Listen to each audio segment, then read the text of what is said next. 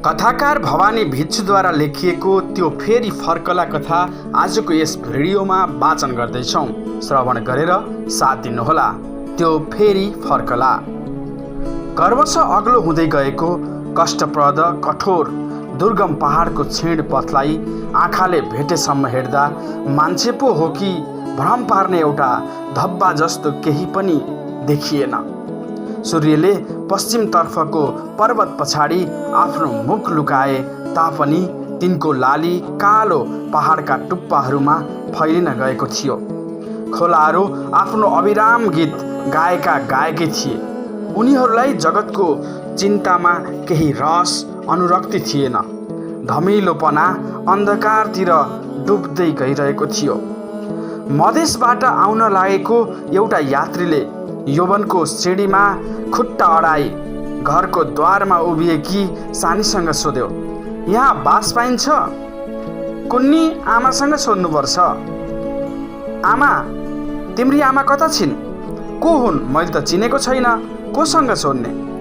अनि आमा, ए आमा, पुष्ट कण्ठबाट निस्केको यो मिठो र तीव्र स्वर पर्वतको कुना कुनामा पस्न गयो। तर कोही पनि आएन। एकैछिन प्रतीक्षा गरेपछि पर्खनुहोस् है, म अहिले आमालाई डाकी ल्याउने छु भन्दै सानी एकातिर गई र अलि बेरमै एउटी बुढीसँग यात्रीको सम्मुख आइपुगे। लौ आमा, यिनै हुन् तपाईँका भरियाहरू, कता छन्? भरिया एउटै छ, त्यो पनि बुढो, हिँड्नै नसक्ने। त्यसैले गर्दा त यहाँ बास बस्नु पर्यो। नत्र आज चितलाङ पुग्ने विचार गरेको थिएँ। त्यहाँ चिनाजानी भएका पसलेहरू पनि छन्। बास पनि राम्रै ठाउँमा पाइन्थ्यो। तर खै, यो त भट्टी पसल पो हो क्या रे? हो, स्वरलाई अलि तान्दै आश्चर्य र उपेक्षा मिश्रित स्वरमा उत्तर दिए। भट्टी पसल भएर के हुन्छ? चितलाङमा पनि त त्यही हो नि। छेउको कोठा त सफै छ, सानीले तुरुन्तै भने। होइन, बुढीले सोधी, केही खानपिन पनि गर्नु होला कि? पिउन त होइन, खाना मात्रै, भाँडा बर्तन सँगै छन्। सानीले आफ्नी आमाको मुख नेरै मुख लगाएर भने। किन आमा, चामल दाल घिउ दाउरा त किन्ने नै छन्। नुन तेल मसला तरकारी पर कोठामा भान्सा र छेउको कोठामा सुते त भइहाल्यो नि। एकपल्ट कोठा हेरौँ, सफा छ कि? सफा नभए त किन हुन्न थियो? हेर्नुहोस्, कोठामा के छ र? भर्खर लिपिराखेको कोठा, चाहिए एउटा सुकुल पनि ओछ्याइदिउँला। लौ, भरिया पनि आइपुग्नु भयो, बस्नुहुन्छ कि? ए सानी, आइज भन्दै बुढी माथि उक्ली। सानी द्वारमै उभिएकी थिए। आइपुगेको भरियाले मुखबाट एउटा सुस्केर हाली भारी बिसाउँदै भन्यो, यति गरुङ्गो भारी, यस्तो उकालो, नौसुका ज्याला, उसैमा भरिया नाइके पनि, बाटो खर्च पनि, हे ईश्वर। चुपचाप उभिएकी सानीको अनुहारमा छचल्किरहेको जिज्ञासामा पनि आशा, विश्वास र सन्तोषको पनि आभा देखियो। कोठाछोटा हेरिसकेपछि यात्रीले त्यहीँ बास बस्ने निश्चय गर्यो र सानी पनि अलि स्वस्थ भए झैँ भई भरियाको सहायताले एउटा कोठामा सुकुल हाली भुइँमै आफ्नो ओछ्यान ओछ्याएर त्यसले अलिअलि निश्चिन्ताको सास फेर्न लागेको के थियो। भरियाले भन्यो, लौ त अब जाउँ हजुर, थाकिराखेको छु। केही खानपिन पनि गर्नु पर्ला। खाना खानालाई 2-4 आना दिनुपर्ने हो। ला भनेर यात्रीले 4 पैसा फ्याँकिदियो। एउटा सन्तोषको दृष्टि हाल्दै बुढो भरिया भुइँबाट पैसाहरू टिपी जान लागेकै थियो। फेरि त्यो सानीले सोधी, भान्सालाई के ल्याउनु पर्ला भन्नुहोस् न? रात पर्न आँट्यो, तपाईँसित लालटिन त छँदैछ, मर्तेल पनि चाहिन्छ कि? यस प्रश्नको उत्तर नदिएर त्यसले जान लागेको भरियालाई भन्यो, ए बुढा, डोकोबाट भाँडाहरू झिकेर खोलामा पखाली ल्याऊ। अनि सानीतिर फर्केर भन्यो, पानी ल्याउन एउटा गाग्री त दिनु पर्ला। पानी पनि ल्याइहालोस्, अब यो पनि खानपिनमा लाग्नेछ। हुन्छ, म अहिले माथिबाट ल्याइदिन्छु। तर गाग्री सफा छ? लौ, गाग्रीमा के लागेको छ र? चित्त बुझ्दैन भने खोलामा माझेरै पानी ल्याउनु भनेपछि त भइहाल्यो नि। बालिकाको अनुहारमा अलि सङ्कोच छर्लङ्ग हुन गएको थियो। भरियाले डोकाबाट भाँडाहरू झिकिसकेको थियो। सानीले माथिबाट तुरुन्तै एउटा सानो पित्ले गाग्री ल्याइदिए। त्यो समेत लिएर भरिया खोलातिर गयो। त्यसपछि युवा यात्रीले सन्ध्याको धमिलो प्रकाशमा हेर्यो। त्यो भट्टी पसल्नेकी छोरीको परिचय बाह्य आवरण मैलो र दरिद्रताको विज्ञापन भए पनि त्यसको अनुहार नराम्रो थिएन। गालामा पार्वत्य वायु र परिश्रमको सुन्दर उपहार, स्वाभाविक लाली र यौवनको सिँढीमा उक्लिरहेको त्यसको वयस छ। आँखा गोल, उज्जवल र भित्रका नानी निकै काला र चञ्चल छन्। तिनीहरूमा अपार जिज्ञासा औ उत्सुकता क्रीडा गरिरहेका थिए। तब भान्साका निम्ति के ल्याउँ? प्रश्न एकान्तजन्य सङ्कोचको मध्यम स्वरमा थियो। यात्रीले भन्यो, असल पुरानो मसिनो चामल 1 माना, 1/4 दाल, 2 पैसाको यहाँ पाइने तरकारी र 2 आनाको घिउ, बस यति मात्रै भए पुग्छ। कुरा सुनेर त्यो माथि उक्ली र अलि बेरमै भने जति जम्मै थोक ल्याइदिए। भरियाले पनि भाँडा र पानी पल्लो कोठामा राखी गइसकेको थियो। त्यस कोठामा लिपपोत गरेको चुलो र ठाउँ दुवै सफा थिए। चामल हेर्दै यात्रीले भन्यो, खोइ यो त राम्रो चामल भएन, तर यसभन्दा राम्रो चामल त यहाँ कतै पनि पाइन्न। भएदेखि त म आफै ल्याइहाल्ने थिएँ। तरकारी पनि आलु बाहेक अरू केही पाइन्न। अलि हाँसेर यात्रीले भन्यो, ए त्यसो हो भने के लाग्छ, पाए जत्तिकैमा सन्तोष गर्नु पर्ला। अब म जाउँ त? सानीले सोधे। हुन्छ भन्दा भन्दै युवकलाई कुन्नी किन फेरि एकपल्ट त्यस सानीको अनुहारमा दृष्टि फेर्ने आवश्यकताको अनुभव भयो। दुवैका आँखा जुधे। बालिका लज्जावन्त भएर माथि उक्लन लागि, तर तुरुन्तै फर्केर त्यसले अलि साहसको स्वरमा स्वाभाविकता ल्याएर सोधे, तरकारी पकाउनलाई भुटुन र दाउरा चाहिने छ? नुन मसला र लालटिनमा मर्तेर पनि ल्याउनुपर्छ कि? ए यो त बिर्सेको रहेछु। तरकारी त घिउमै भुटिहालुला, मसला चाहिन्न। 1 पैसाको अलिकति बेसार र नुन दुवै ल्याऊ। अनि तिम्रो के रे 4 पैसाको दाउरा, लालटिनमा चाहिँ 6 पैसाको तेल भए पुग्छ। एकैछिनपछि सबै थोक ल्याई सानी माथि उक्ली। आफ्नी आमासँगै केही खानपिन गरेर 15-20 मिनेटभित्रै आफ्नो सुत्ने कोठामा पसी भित्रबाट ढोका थुनिहाले। अहिले साँझको 7:30 मात्रै बजेको थियो, तैपनि निकै अँध्यारो भएको थियो। सघन र विशाल पर्वतहरूको अङ्गमा भएका ती पुतली झैँ 2-4वटा घर यस्तरी स्तब्ध उभिरहेका थिए मानौ शरीरभित्र प्राण निस्किसकेको छ। खोलाको श्रृङ्खलाबद्ध गर्जन एक नाससित ध्वनित भइरहेको थियो, तैपनि त्यस शून्यपनाको भयानकता बढिरहेको थियो। ओछ्यानमै पल्टेकी कुन्नी के सोचिरहेकी सानीले हठात यात्रीको कोठाबाट आइरहेको खटफट ध्वनि सुनि। त्यो ध्वनि कुरा त्यो त्यही कुरा सोच्नमा मग्न भई। अहिलेसम्म त्यसले खानपिन गरिसकेको रहेनछ क्यारे? भात पकाउन जान्दो हो कि होइन? पकाइसकेको तिउन तरकारी चुलोबाट उतार्दा खसाल्यो पो होला कि? लोग्ने मान्छे भात पकाउन कहाँ जान्दो हो र? तर त्यो त सधैँ मधेसैमा बसिरहेको मान्छे हो। त्यहाँ कसले भात पकाई खुवाउँदो हो नि? अथवा कोही भान्से राखेको होला। तर कहिले हुन्थ्यो? मधेसमा खर्च निकै पो लाग्छ। यसो हेर्दाखेरि यो कुनै साउ महाजन जस्तो पनि छैन। त्यसो भए यतातिर धमाधम आउनेहरूको जस्तो ठुला ठुला टिनका भरि भराउ भएका गरुङ्गा बाकसहरू हुनु पर्दथ्यो। छालाका 3-4वटा साना ठुला ब्याग, भाँच्ने खाट, नोकर, धेरैजना भरिया, आफू तामदान वा कार्पेटमा बसेर आउनुपर्ने। खोइ त्यो त केही पनि छैन। यो त मधेसमा कतै जागिरे पो होला जस्तो छ। आफै नोकरी गर्नेले भान्से कहाँ राख्न सक्छ र? विचारधारा अर्कैतिर बग्यो। त्यसो भए त्यसकी स्वास्नी होली? अनि मुटुमा प्याट्ट एउटा थपडी जस्तो लाग्यो। च्याप्प गरे झैँ त्यो आफ्नो अन्तरैमा निस्तब्ध भई। बाहिर त्यही अविराम स्वरले गर्जिरहेको थियो। खोलाको हर्र ध्वनि। जम्मा भइरहेका विचारहरू अलि विशृङ्खल जस्ता भए। त्यसले एउटा लामो सास फेरी। तर त्यो अवस्था एकछिन पक्ता नपक्ता लोभ्याइराखेका ती मधुर कल्पनाहरूले फेरि छोप्न थाले। सास पर्यन्त अलि थामेर त्यसले सुन्ने प्रयत्न गरे। यात्री भातसात खाई सुत्यो कि? तलबाट केही आवाज सुनिएन। त्यसो भए त्यो सुत्यो। तर फेरि त्यही खटफट। मुसाहरू होलान्। होइनन्। त्यही हो विचार आज। तर अघि नै तर्सिसकेका ती मोक्ष सहानुभूतिहरूलाई विचारहरूले समात्न साहस गरेनन्। एकैछिनपछि ओछ्यानबाट जुरुक्क उठेर सलाई कोरी र सिरानतिरको खोपामा राखेको टुकी बाली। धुम्रयुक्त क्षीण प्रकाशले अन्धकारमा छाम्न थाल्यो। टुकी लिएर बिस्तारै त्यो तल ओर्ली। त्यसको छाती हान्न लागेको थियो। बुढी सुतिरहेकी छ कि एउटा अव्यक्त क्षीण डरले अन्तरको धेरै टाढाबाट चियाउने जस्तो प्रयत्न पनि गर्यो। त्यो तल पुगे, तर किन ओर्लेकी होली? केही काम छैन। यात्रीको कोठामा लालटिनको नीरव र मन्द प्रकाश थियो। त्यसतर्फ यसो झट्ट एकपल्ट हेरी आँखा फर्के।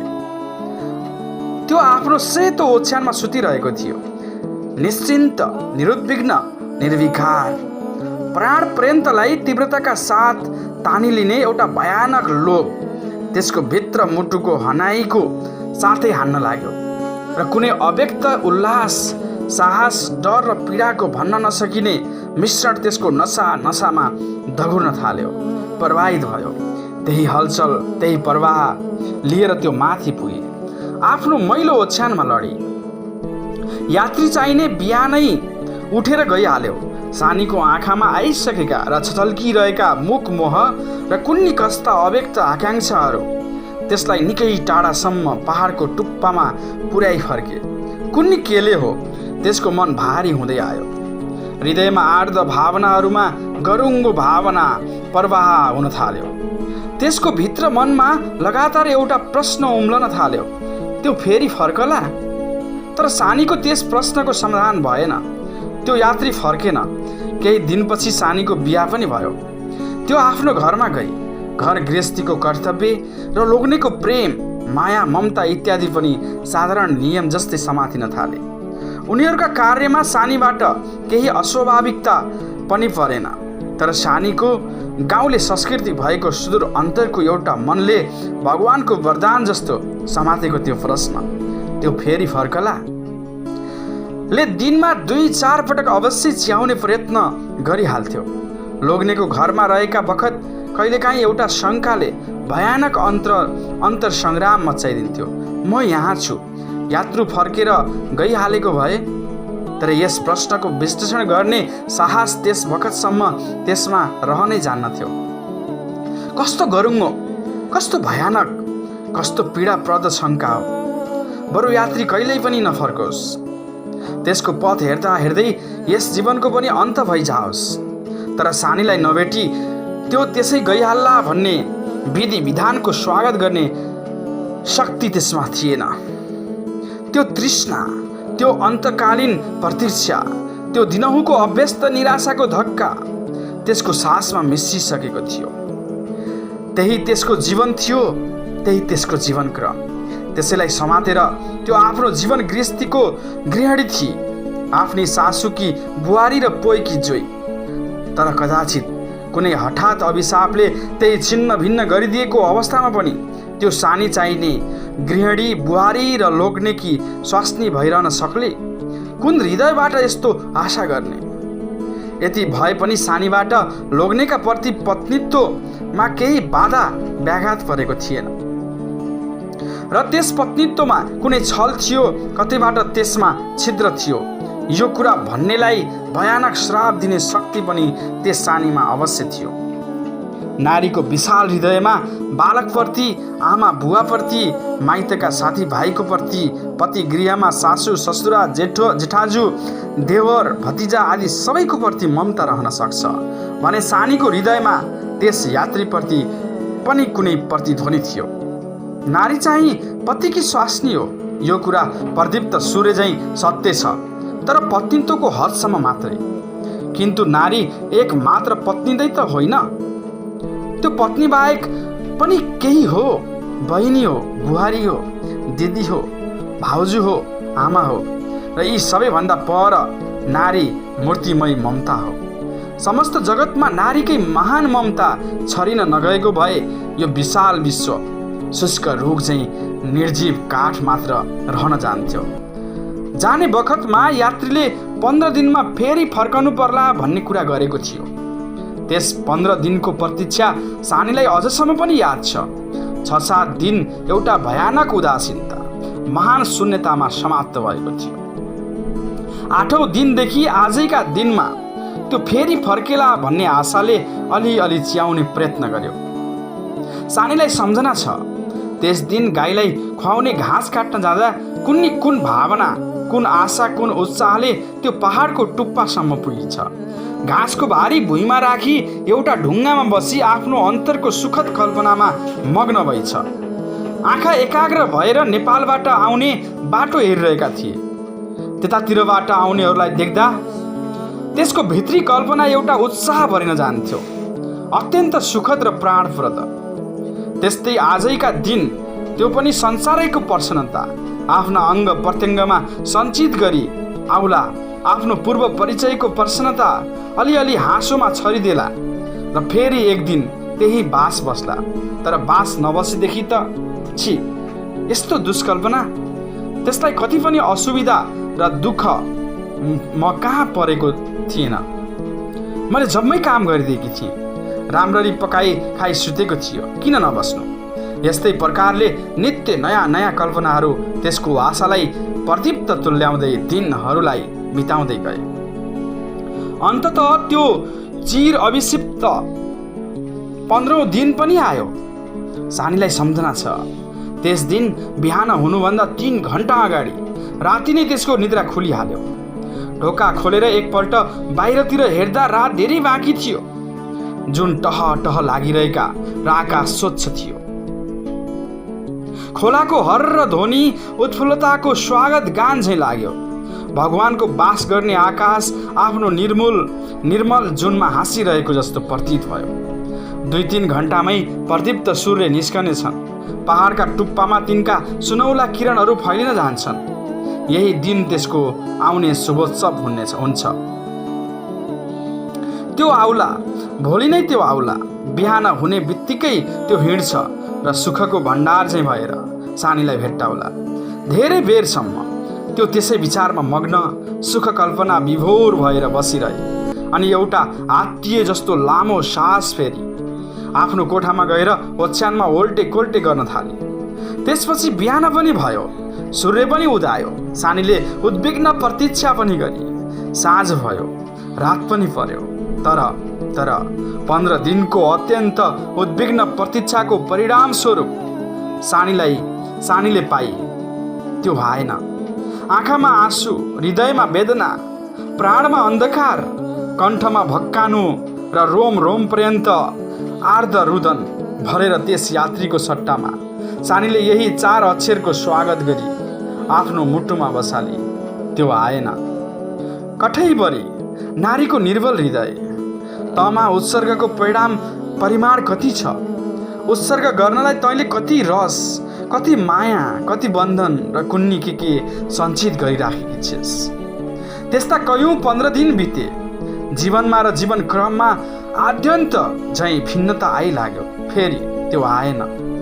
को साथै त्यो फेरि फर्कला कि भन्ने पनि सम्बद्ध भई अभ्यन्तर यात्रा हुन थाल्यो।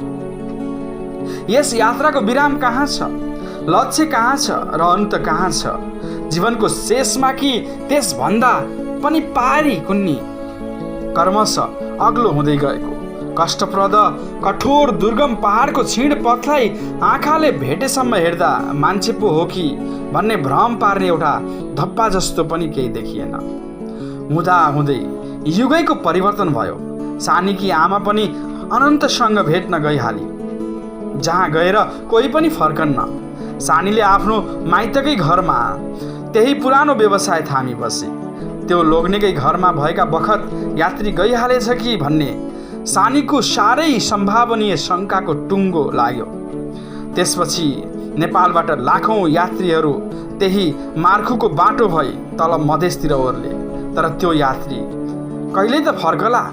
त्यसको निराशा आशालाई डोराउने एउटा क्षीण मसिनो धागोको छेउ प्राप्त हुन गयो र त्यसलाई त्यसले लम्ब्याउँदै गई।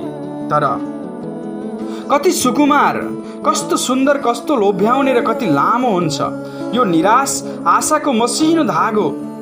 त्यस धागाको बदला कसैले त्यसको जीवन यौवन दुवैको धागो चाँडै चाँडै तान्दै तान्दै गइरहेको थियो। तर सानीलाई यसको पत्ता थियो। त्यो त आफ्नो अतीतको मनोरम स्मृति केवल एकै दिन मात्रको क्षणिक स्वप्नमा व्याप्त थिए। त्यो स्वप्निल सुकुमारता, त्यो मधुरीमा, प्रथम यौवनको पहिलो उपहारमा कृतज्ञता स्वरूप त्यसले गरेको उत्सर्गको सार्थकता कहिले फेरि पनि आउला? यही विधिलाई नित्य निरन्तर नयाँ तुल्याउँदै तहलाई राख्नमा नै त्यो व्यस्त भई त्यसलाई जीवनसूत्र तानेको थाहै कसरी हुन्थ्यो र? प्रेम जीवनको बाटो हो र उत्सर्ग त्यसको अन्तिम लक्ष्य।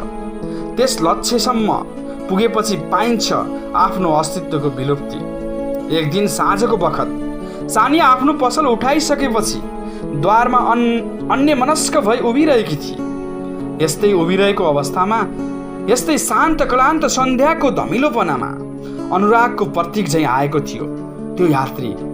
तर आजै मात्र होइन कि जीवनका अनेकौं भग्न आकांक्षा सुस्याइरहेको आशा, मुटुको उदासीन पीडा लिई त्यसले कति कति पल्ट त्यसै द्वारमा उभि आशाहीन व्यर्थ प्रतीक्षा गरी, तर त्यो नआएको नआएकी भयो। यस्ता जम्मै मिथ्या स्वागतको उत्तरमा त्यसले पाएकी थिए प्राणको तलबाट उम्लने एउटा नीरव आर्द्रता र गहभरी आँसु। आज पनि त्यो त्यसै उभिरही यात्रीको होइन कि त्यसको चिर परिचित त्यही आर्द्रता, त्यही आर्त मुख रुदन र त्यही आँसुको प्रतीक्षा गरिरहेकी थिए। र एउटा यौवन पारी पुगिसकेको मानव देहले त्यसको सामुन्ने आइपुगी सोध्यो, यहाँ बास पाइन्छ? हृदयमा बगिरहेको रक्त थामिन गए जस्तो हुन लाग्यो। एउटा वज्र प्रहार चाहिँ अतीतको मुड्की हानिन गयो। धक्क आउनेको मुख हेरेकै भइछ त्यो सानी। यहाँ बास पाइन्छ कि पाइँदैन? फेरि प्रश्न गर्यो। सानीको मुख एकपल्ट झन प्रदीप्त भएर तत्क्षणै कालो निर्जीव चाहिँ भइहाल्यो। त्यसले अन्तरिक्षतिर हेर्दै अत्यन्त कष्टसाथ भने, पाइन्छ, भरियाहरू कता छन्? आउन लागेका छन्, यात्रीले एउटा ढुङ्गामा बसेर भन्यो। धेरै दिन भइसक्यो, मधेसबाट नेपाल गएको फर्कनै सकिन। आज बल्ल फर्कन लागेको छु। देख्छु बाटो पहाड जम्मै नयाँ जस्ता भइसकेका रहेछन्।